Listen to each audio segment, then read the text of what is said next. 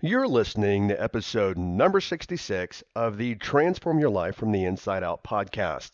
In this episode, it's a Q&A episode, and I answer a question, and that question is this. When you have extremely large goals, should you start by focusing on smaller goals first? All right, I want to say that I'm going to take this particular episode much further than this question. So if you're interested in goal setting, then make sure that you continue to listen to the entire episode because I think you might find some interesting thoughts in this episode. Keep listening. Hi, I'm Jim Fortin, and you're about to start transforming your life from the inside out with this podcast. I'm widely considered the leader in subconscious transformation, and I've coached super achievers all around the world for over 25 years. Here, you're going to find no rah-rah motivation and no hype because this podcast is a combination of brain science, transformational psychology, and ancient wisdom all rolled into one to take your life to levels you've never thought possible. If you're wanting a lot more in life, to feel better, to heal, to have peace of mind, to feel powerful and alive, and to bring more abundance and prosperity into your life, then this podcast is for you because you're going to start learning how to master your mind and evolve your consciousness. And when you do that, anything you want then becomes possible for you. I'm glad you're here. Okay, so this episode is about goal setting. There are a lot of different places I want to go, and you know, most episodes are really easy for me to do. And the last one, if I was allowed a one get out of jail free card for an episode, it would have been the last episode. That was a hard episode for me, and the reason why is I wasn't aligned entirely with the headline, et cetera, et cetera. But you know what? This episode, I'm really going to enjoy this episode, and I'm going to give you tangible and practical thoughts and guidance on goal setting, and then I'm going to go a different direction with it. Also, that being said, I am on vacation right now. I'm at my house in Sedona. I have a lot of guests and some toddlers running around and some dogs and all that kind of good stuff. I have installed the software that's supposed to actually, hopefully, filter out all the background noise. So hopefully it'll be a nice clean episode. If not, you might hear a kid screaming here and there, a toddler, that is, and dogs barking here and there as well. Anyway, let's get to it. Okay, so let's get to it. And first things first, the question was, when you have extremely large goals. Now, the person had the word extremely all in caps. And then the person said, should you start by focusing on smaller goals? Well, I don't know what the person means by extremely large because I could answer this in any multitude of ways. I mean, for example, extremely large means creating a brand new, electric car better than Tesla. Well, okay, that's an extremely large goal. Making $100,000 a year is like not at all to me extremely large. So the reason I tell you that is I don't know what the person means by extremely large. So I want to go a few places in this episode, some of it very practical, some of it very process, and then we want to talk about the subconscious mind and habits and identity. And then I want to talk about some Harvard research on goal setting, and I want to talk to you about my goal setting, and I want to share with you why. Are you ready? Because a lot of you might be going, wow, I didn't expect that. But I want to share with you why I do not set goals for myself. Yeah, you heard that right. I don't set goals. And I'll tell you why as we get a little further along in this episode. Okay, so let's go practical first. And when I say practical, for me, not setting goals is practical, and I do extremely well in life. But again, we'll get to that in just a moment. So when I say practical, let's take the conventional approach, and I want to look at that first. Number one is that when people have big problems, most times people look for big solutions. And what I want to share with you when it comes to goal setting, which is along the lines of this question, is I have an extremely large goal, and the person is wisely asking, should I go after the extremely large goal or should I focus on smaller goals? Well, as I said, most people, when they have big problems, they look for big solutions, and big solutions rarely come. What I focus on is smaller steps and consistency. Big goals, and doing this podcast, even though I say big goals, I'm going to get there in a moment. There's no 100% for anything in life. I look at all the gurus and they will say, well, this is what you have to do. But you know what? That might not work for everyone. It might work for 90%, but it won't work for 100%. I mean, I can't tell you the amount of times I've done something with internet marketing and people are like, well, that's not going to work. And it does extremely well. So I don't think there's any end all be all for everyone in the world. So I'm going to give you just 25 years of experience, my experience, even my experience with a shaman, my experience with NLP, my experience coaching high performers and Olympic athletes and movie stars and etc. You take what works for you. But what I do know is and the high achievers that I've worked with is that no one went from being just, Joe Schmo or Jane Doe to being an Olympic athlete. I mean, it's a lot and many years of consistent action and application and practice.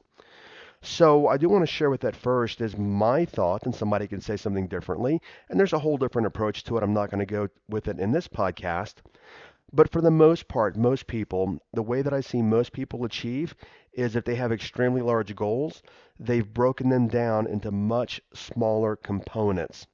Even when I teach actually creating habits out of things, I have an entire habit program for people that are in my membership or in coaching with me. I tell people to start with what I call micro habits. And that would be, for example, if you're going to go to the gym and you want to get in the habit of going to the gym, don't start with the thought process of, oh, I'm going to work out 5 days this week and I'm going to crush it, etc. What I look at is what micro habits have to happen for the macro habit, meaning going to the gym, to actually happen, and start with the micro habits, meaning your diet or your gym bag in the car or whatever it might be. So I'm a big proponent of breaking things down and working through process. So speaking of process, let's look here first. There's a book, I don't know who wrote it. I used to recommend it to my students. I think it's called The 12-Week Year. Here's the thing. Here's one of the oh my gosh, and by the way, we have been so ingrained in this culture, and I have too. I don't operate that way anymore, as you'll discover. But we've been so ingrained in this culture, people beating in your head, your parents, your coaches, your teachers. You have to set goals. And the motivational speaker is screaming at the top of their lungs, set your goals, set blah blah blah mumbo jumbo goals, goals, goals. There was even it's cultural fallacy. I think anyone in the motivation or personal development has probably heard the story back from the 80s, and I don't know if Zig Ziglar or somebody who told the story, but it's out there and it's well known. And the story is, well, in 1957, they did a study at Yale University and they asked all the students who set, how many of you set goals?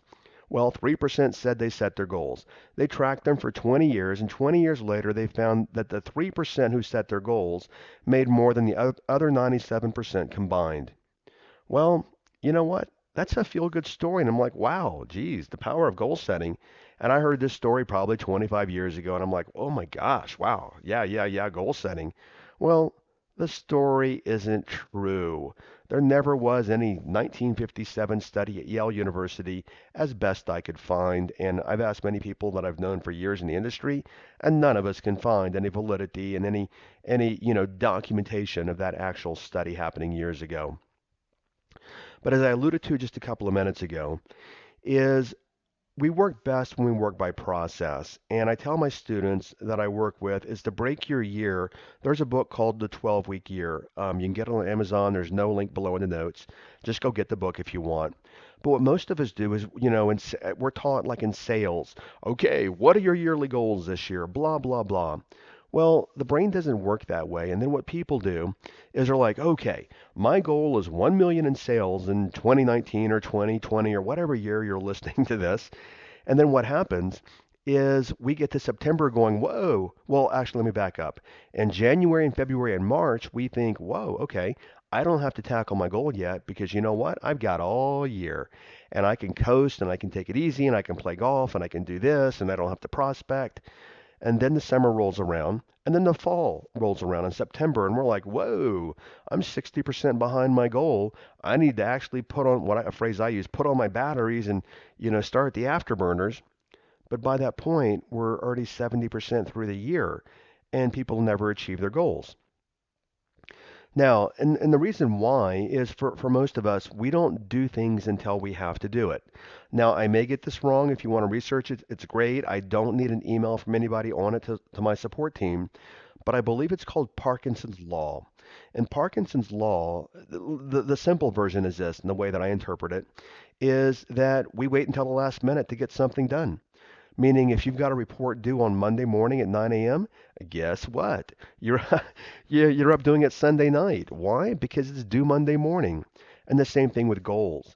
So what many of us do is we set our goals and then we have them off in the distance.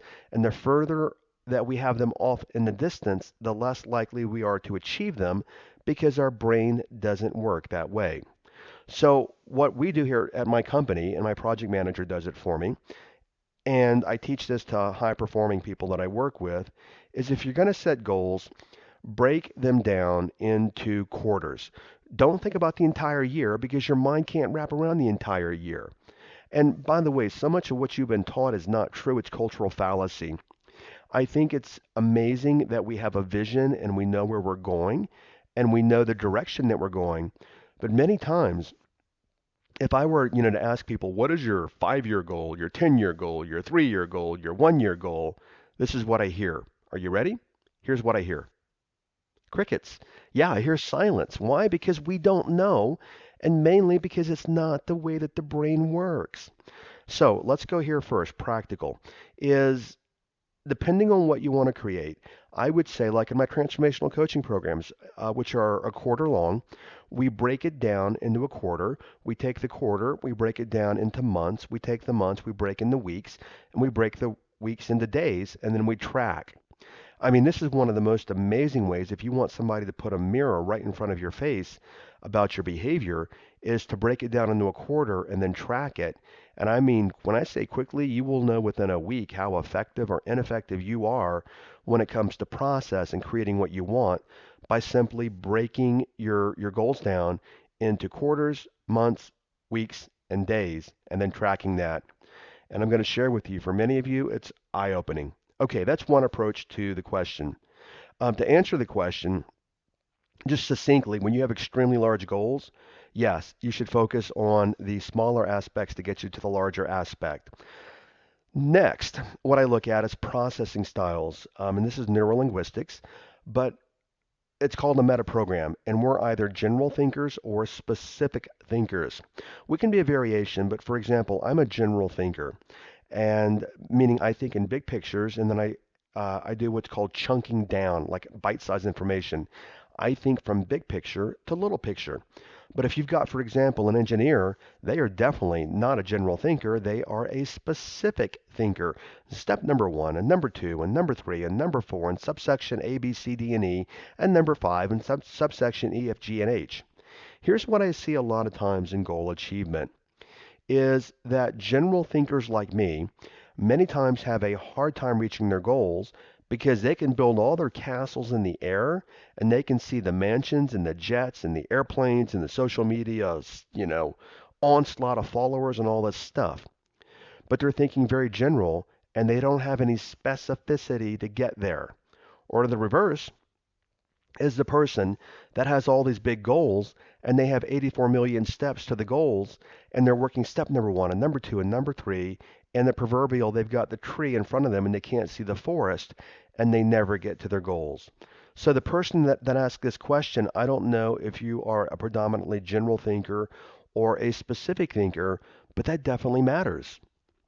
I remember many years ago a friend of mine, man, in his mind, he was, well, let me say this, in his analytical left brain thinking mind, he was like the number one motivational speaker in the world, and the jets, and the cars, and the homes, and the planes, and the list, et cetera, et cetera, et cetera.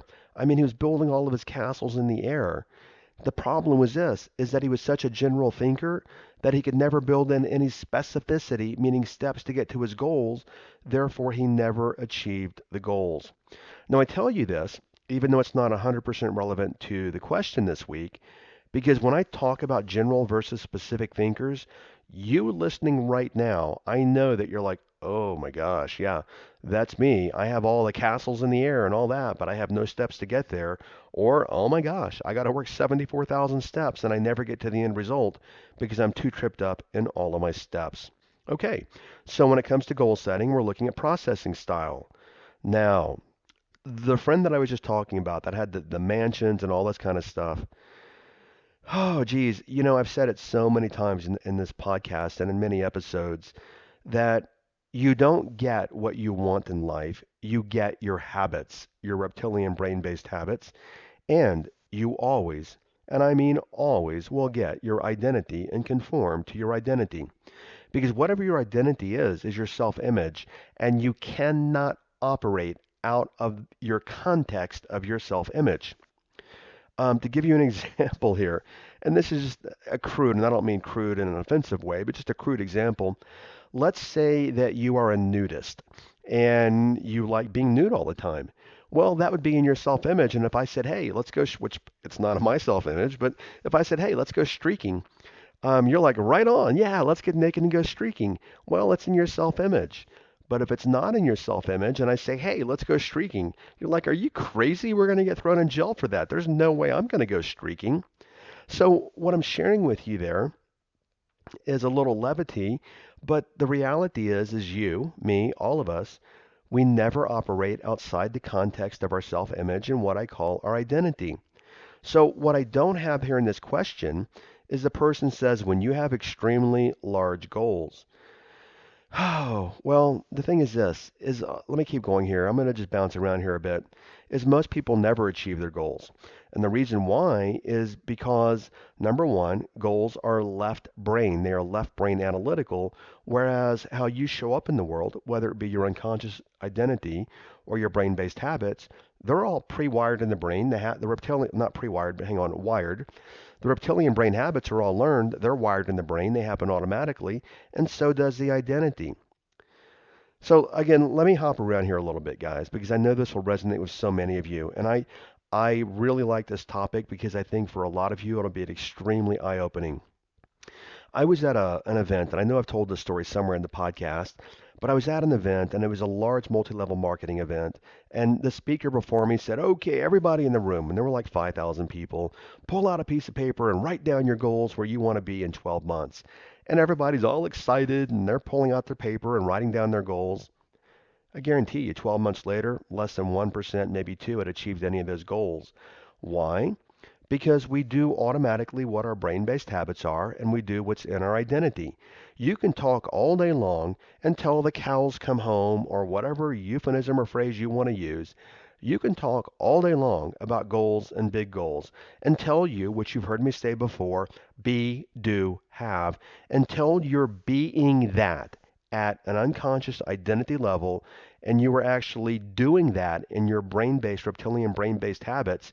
They're nothing more than literally wishes because the person will never get there. All right, and let me get another aspect of this. Is when I started, I said I don't set goals. And I'm going to, I've been in this industry 25 years. I'm 54, and I started my NLP training back in my mid 20s, NLP, neurolinguistic programming.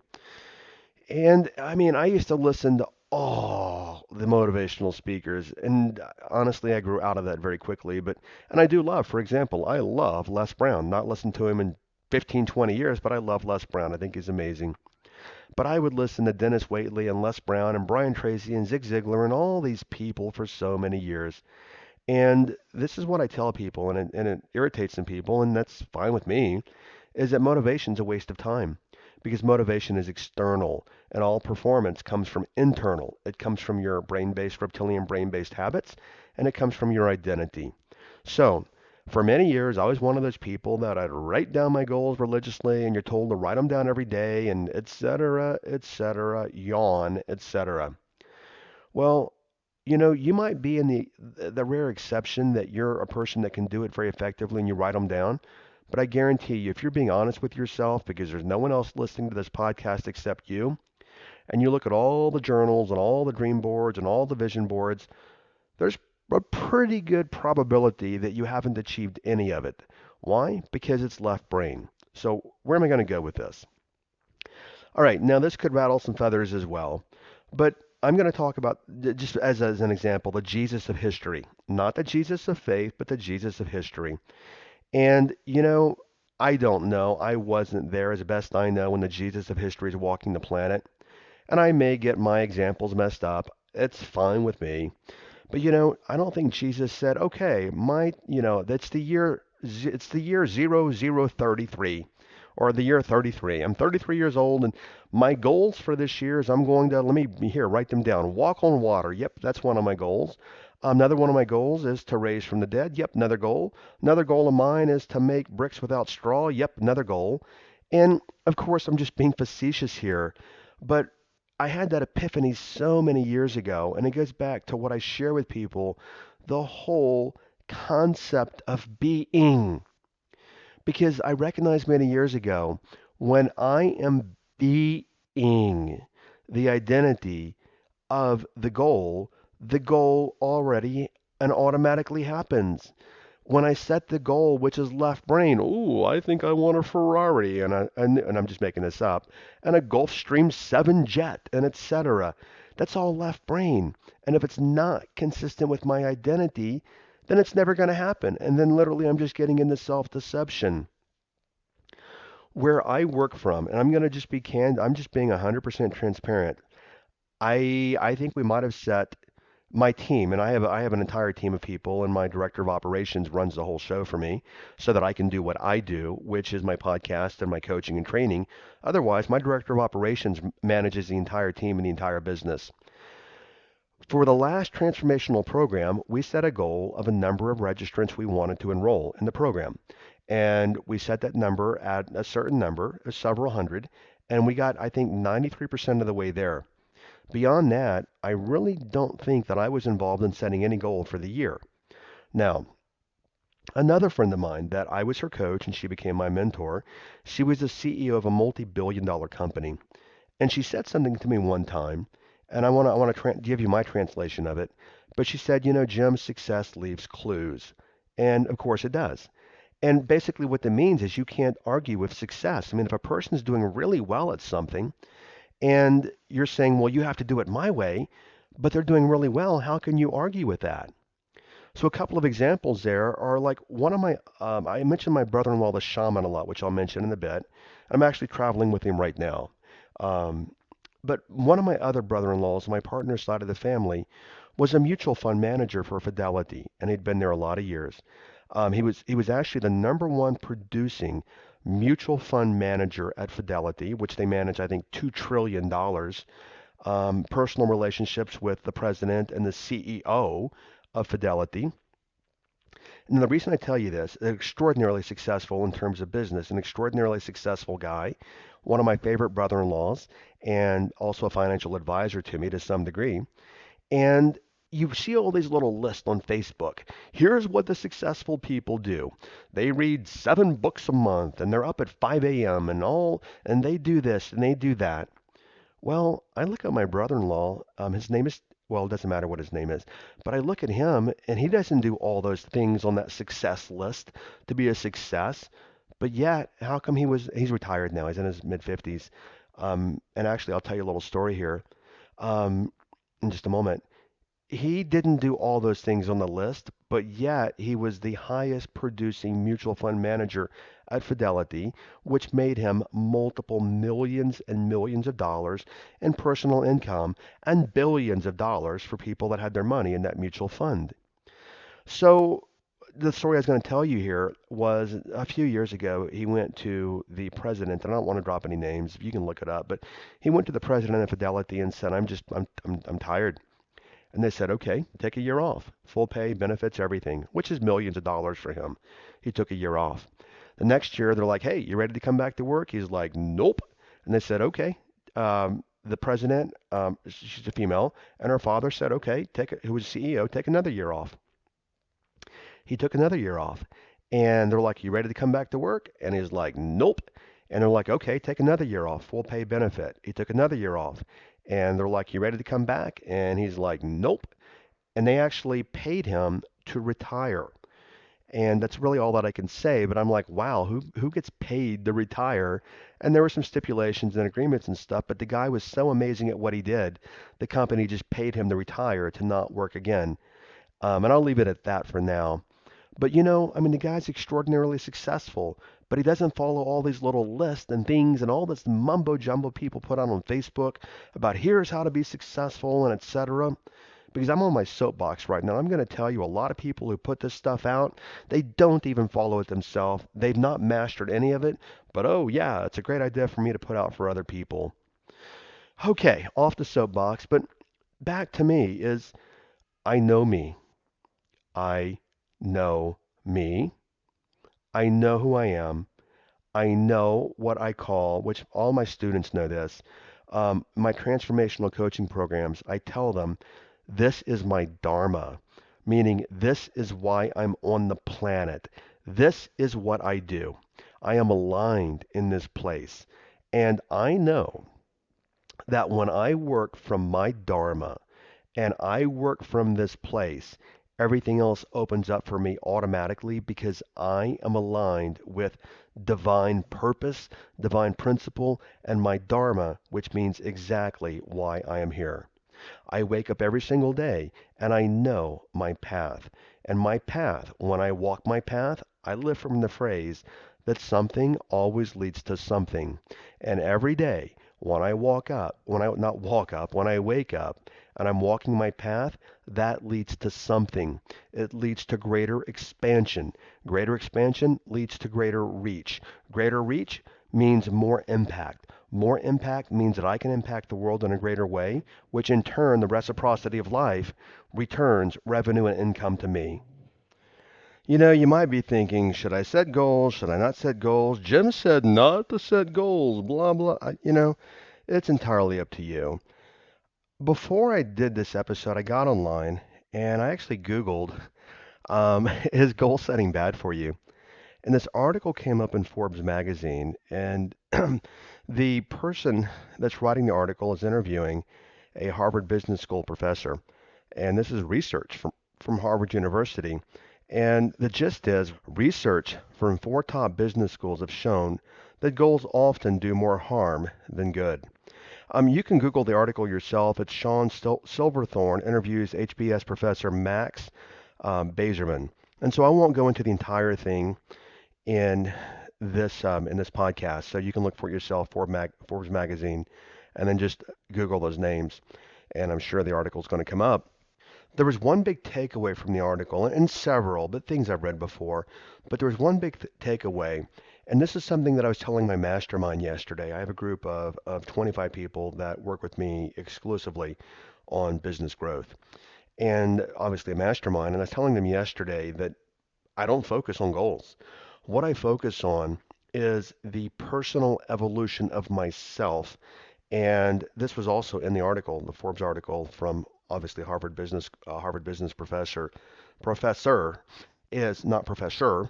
And what I focus on, and so few people focus on, we live and just if this pushes your buttons, it pushes your buttons, but probably not because you're listening to this podcast. We live in a world of extreme mediocrity. It blows my mind at the amount of people that complain about their lot in life, but yet, you know what? They've got extraordinary skills and they work from, oh, let me just be as average as I can possibly be. And it's, I'm not going to go into it here, but even like nationally, the U.S., I think the reading level in the U.S. of the average reading level of American adults is like seventh grade. I'm like, really? I mean, come on, guys. And it doesn't pertain to like 99% of you listening.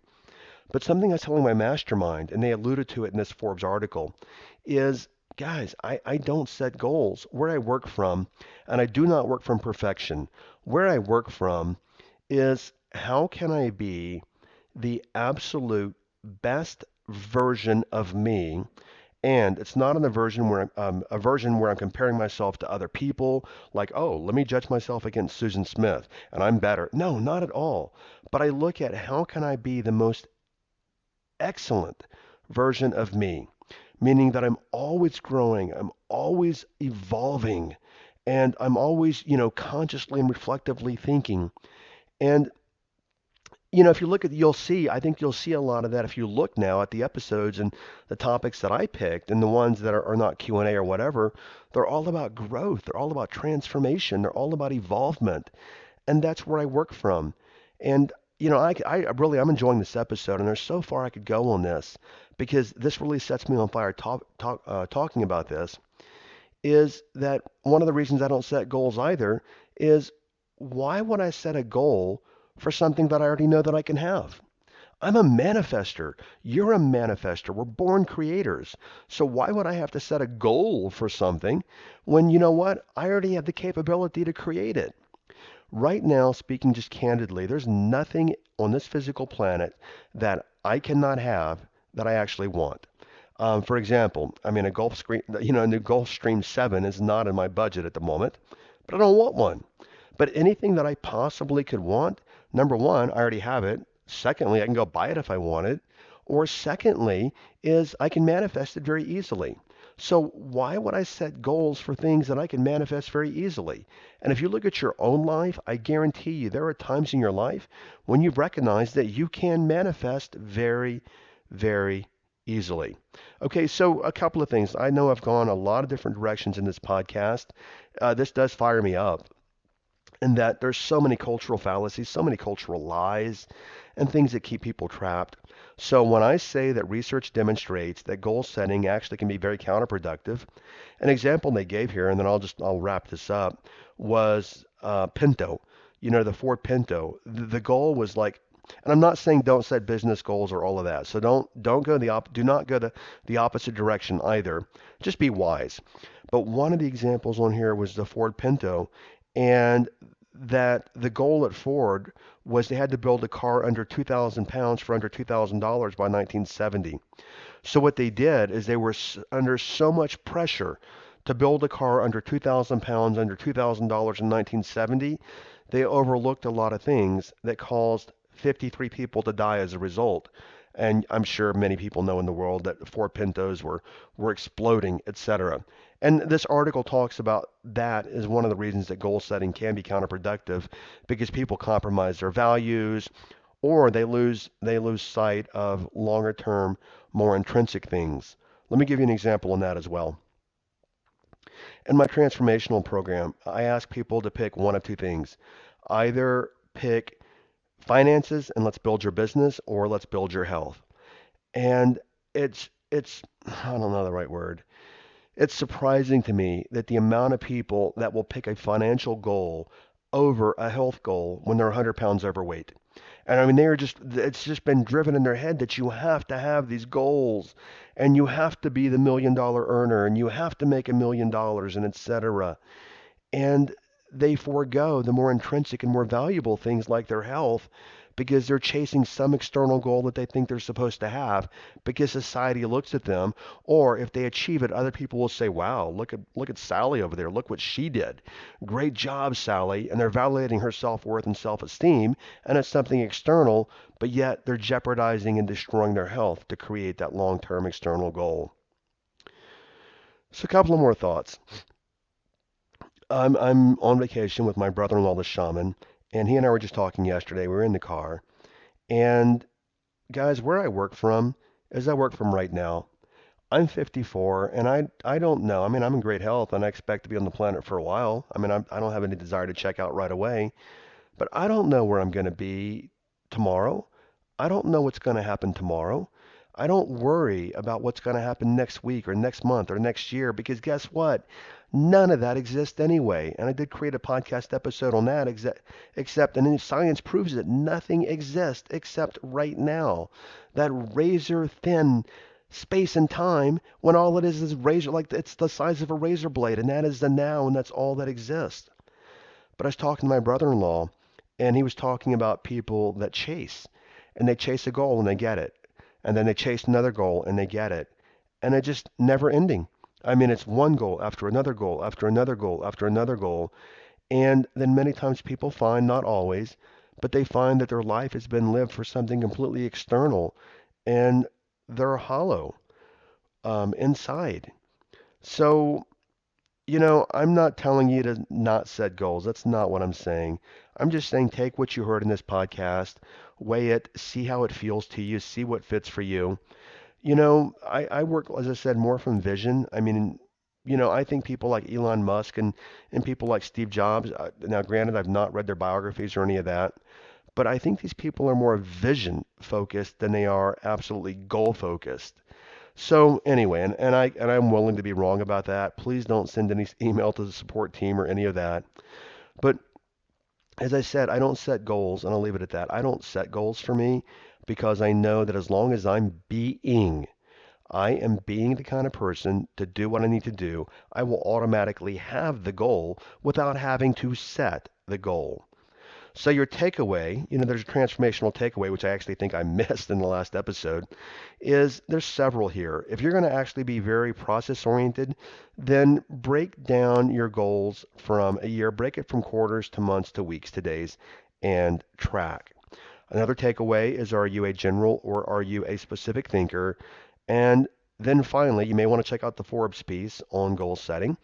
And then finally, is I don't set goals because as long as I'm being the multimillionaire, as long as I'm being impactful in my beingness and my consciousness, all the goals that I want will happen automatically. Okay, well, thank you for listening to this episode. The next one is going to be a Wednesday episode. And you know what? It may even kind of dovetail a bit with what we're talking about here because the next episode is there is no such thing as mind-boggling. I mean, so many people run around thinking, wow, that's mind-boggling. That's amazing. No, it's not. It's simply a matter of interpretation.